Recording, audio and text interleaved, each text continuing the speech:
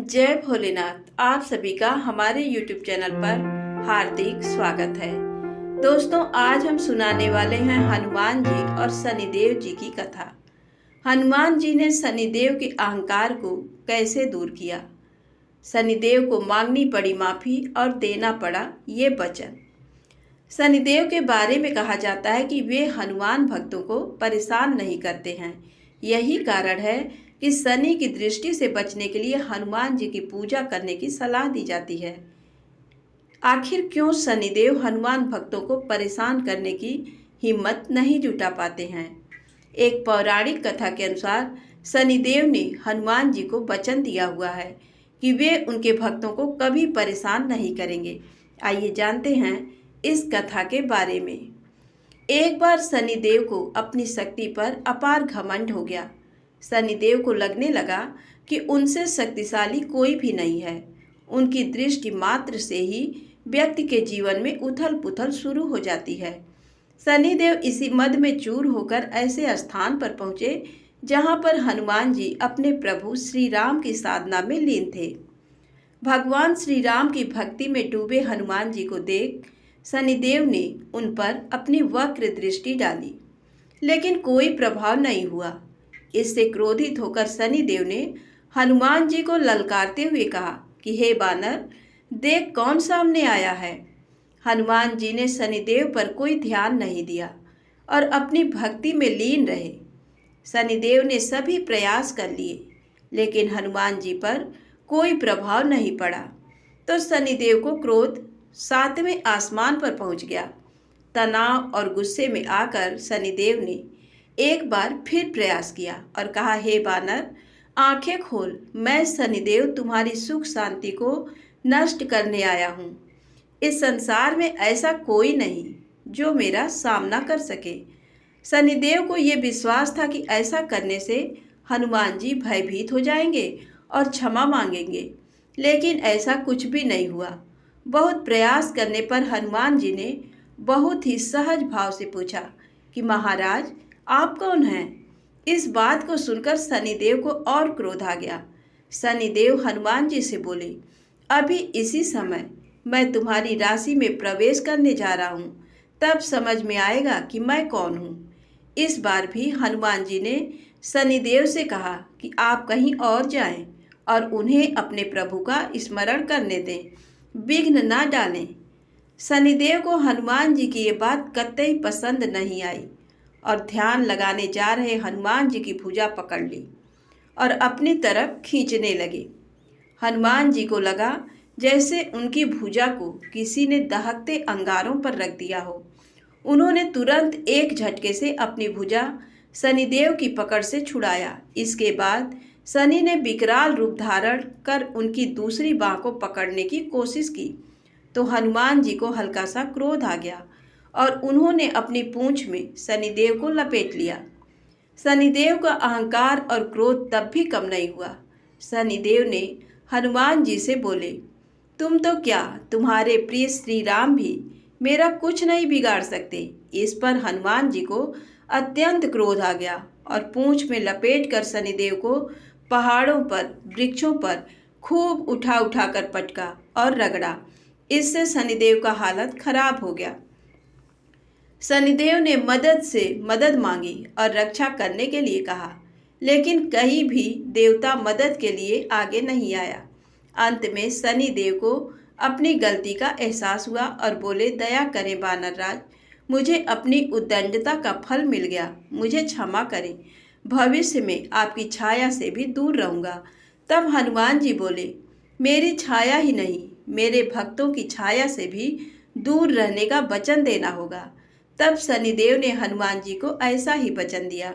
इसीलिए शनिदेव हनुमान भक्तों को परेशान नहीं करते हैं। दूसरी कथा के अनुसार अहंकारी लंकापति रावण ने शनिदेव जी को कैद कर लिया और उन्हें लंका में एक जेल में डाल दिया। जब तक हनुमान जी लंका नहीं पहुँचे तब तक शनिदेव उसी जेल में कैद रहे। जब हनुमान जी सीता मैया की खोज में लंका में आए तब माँ जानकी को खोजते खोजते उन्हें भगवान शनिदेव जेल में कैद मिले। हनुमान जी ने तब शनि भगवान को आज़ाद करवाया। आज़ादी के बाद उन्होंने हनुमान जी को धन्यवाद दिया और उनके भक्तों पर विशेष कृपा बनाए रखने का वचन दिया। प्रेम से बोले हनुमान जी महाराज की जय हो, शनिदेव जी की जय हो। अब आइए सुने शनिदेव महाराज की कहानी। किसी एक नगर में एक ब्राह्मण रहते थे। उनके 3 बहुएं थीं। एक बार वह अपनी छोटी बहू को घर छोड़कर खेतों में काम करने सबको लेकर चला गया।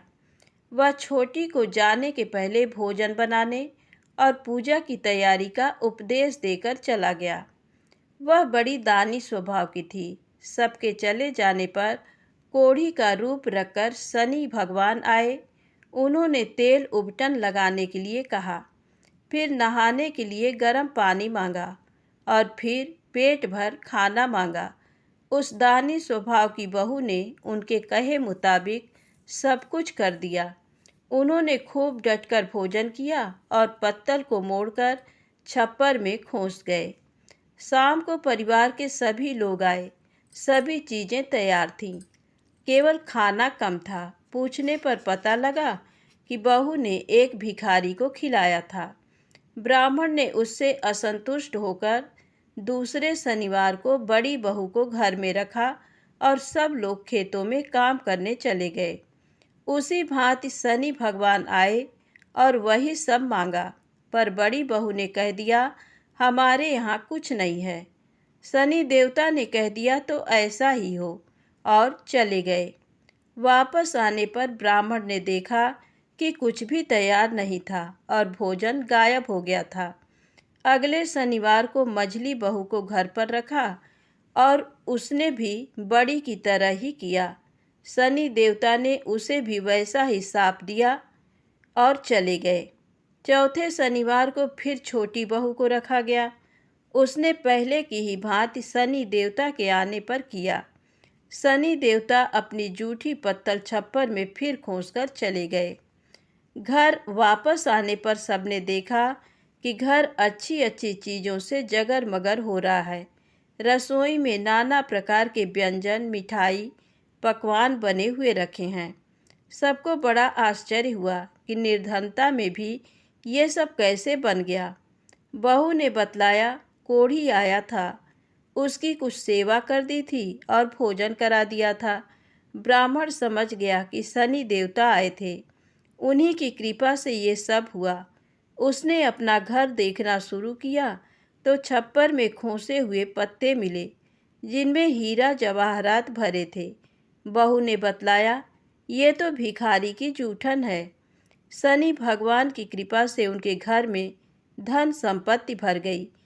हे शनि देवता, जैसे छोटी बहू पर कृपा की वैसे सब पर करना। कहानी कहने वालों पर भी, कहानी सुनने वालों पर भी। प्रेम से बोलें, शनिदेव महाराज की जय हो। आइए सुने शनिदेव महाराज की दूसरी कहानी। किसी देश में एक राजा राज्य करता था। उसने अपने नगर में एक बाजार लगवाया। दूर दूर से सौदागर बुलवाए और डुग्गी पिटवा दी कि बाजार उजड़ने पर जिसका जो भी माल नहीं बिकेगा उसे राजा खरीद लेगा। सौदागर बहुत खुश थे। जिस दिन किसी सौदागर का कोई माल नहीं बिकता, राजा के आदमी जाते और उचित मूल्य देकर खरीद लेते थे। एक दिन एक मतिभ्रम लोहार एक लोहे की शनि देव की मूर्ति बनाकर बाजार में बेचने के लिए ले आया। भला शनि मूर्ति कौन खरीदता। हमेशा की भांति बैठ के उठने पर राजा के आदमी उसके पास पहुँचे और मूर्ति खरीदकर राजा के पास ले गए। राजा बड़ा धर्मात्मा और प्रजा पालक था। राजा ने बड़े आदर से शनि देव की मूर्ति को महल में रख लिया। रात में जब राजा सोया हुआ था, तब उसने देखा कि एक तेजोमय नारी उसके शरीर से निकली और द्वार की ओर बढ़ी। राजा ने पूछा, कौन हो? नारी मूर्ति बोली, राजन, मैं लक्ष्मी हूँ, तुम्हारे घर से विदा होती हूँ। अब तो तुम्हारे घर में शनि का वास है, हम दोनों एक साथ एक जगह पर नहीं रह सकते। लक्ष्मी जी चली गईं। पर राजा ने नहीं रोका। शनिदेव को आश्रय देकर वह उनका निरादर नहीं कर सकता था, और फिर जाने वालों को कौन रोक सकता है। थोड़ी देर में एक देव पुरुष निकला और द्वार की ओर बढ़ा। राजा ने पूछा, आप कौन हो? देव पुरुष बोला, मैं वैभव हूँ। राजा ने उसको भी जाने से नहीं रोका। इसी प्रकार धर्म, धैर्य, क्षमा आदि अन्य गुण भी एक एक करके राजा के पास से चले गए, पर राजा किसी को नहीं रोका। अंत में जब सत्य जाने लगा तो राजा ने पूछा, तुम कौन हो देव पुरुष? सत्य बोला, राजन मैं सत्य हूँ। राजा ने लपक कर उसके पांव पकड़ लिए और बोला, सत्य देव, तुम कैसे जा सकते हो? तुम्हारे बल पर तो मैंने सबका तिरस्कार किया है। मैंने तुमको आज तक नहीं छोड़ा और आज भी मैं तुम्हें नहीं जाने दूंगा, और तुम ही मुझे कैसे छोड़ सकते हो? सारे संसार को छोड़ सकता हूँ, पर तुम्हें नहीं। सत्य लाचार होकर रुक गया। बाहर सब लोग सत्य की राह देख रहे थे। जब सत्य को बहुत देर हो गई फिर भी वह न आया तो धर्म बोला, सत्य के बिना मैं नहीं रह सकता, मैं वापस जाता हूँ। धर्म के पीछे दया, धैर्य, क्षमा, वैभव, लक्ष्मी सभी लौट आए। लक्ष्मी बोली, राजन, तुम्हारे सत्य प्रेम ने तुम्हारी रक्षा की, हमको वापस आना पड़ा। तुम्हारा जैसा सत्यवादी दुखी नहीं रह सकता। इस प्रकार राजा के सत्य प्रेम के कारण लक्ष्मी जी और शनिदेव एक ही स्थान पर रहने लगे। तो प्रेम से बोले, शनिदेव महाराज की जय हो। प्रेम से बोले, सत्यदेव महाराज की जय हो। आइए सुने प्रभु श्री राम के द्वारा लक्ष्मण के त्याग की कहानी। सूत जी कहते हैं, महर्षियों, कमल नयन भगवान श्री रामचंद्र जी लोकापवाद के कारण सीता जी का परित्याग करके अयोध्या का राज्य करने लगे। उन्होंने दूसरी किसी स्त्री को पत्नी रूप में किसी तरह भी स्वीकार नहीं किया। यज्ञ कार्य की सिद्धि के लिए भी पत्नी के स्थान पर सीता देवी की स्वर्णमयी प्रतिमा को ही बिठाया।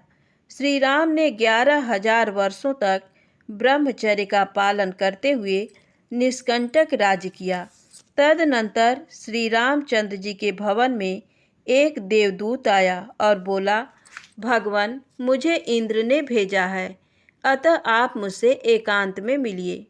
तब भगवान श्री राम ने एकांत में जाकर लक्ष्मण जी से कहा, लक्ष्मण, मैं जब तक इस देवदूत के साथ बैठकर वार्तालाप करूं, तब तक कोई यहाँ न आवे।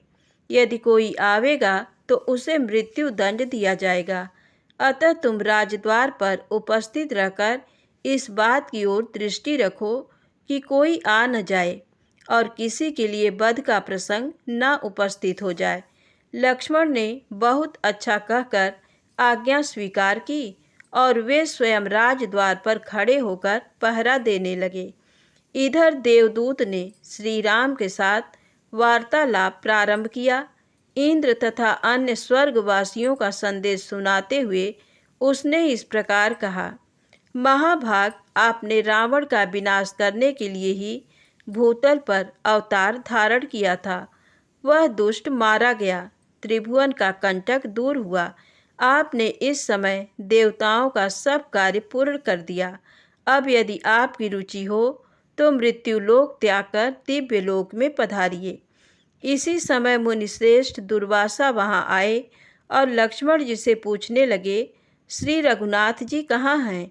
लक्ष्मण बोले, विप्रवर, मुझ पर दया करके थोड़ी देर यहीं ठहर जाइए।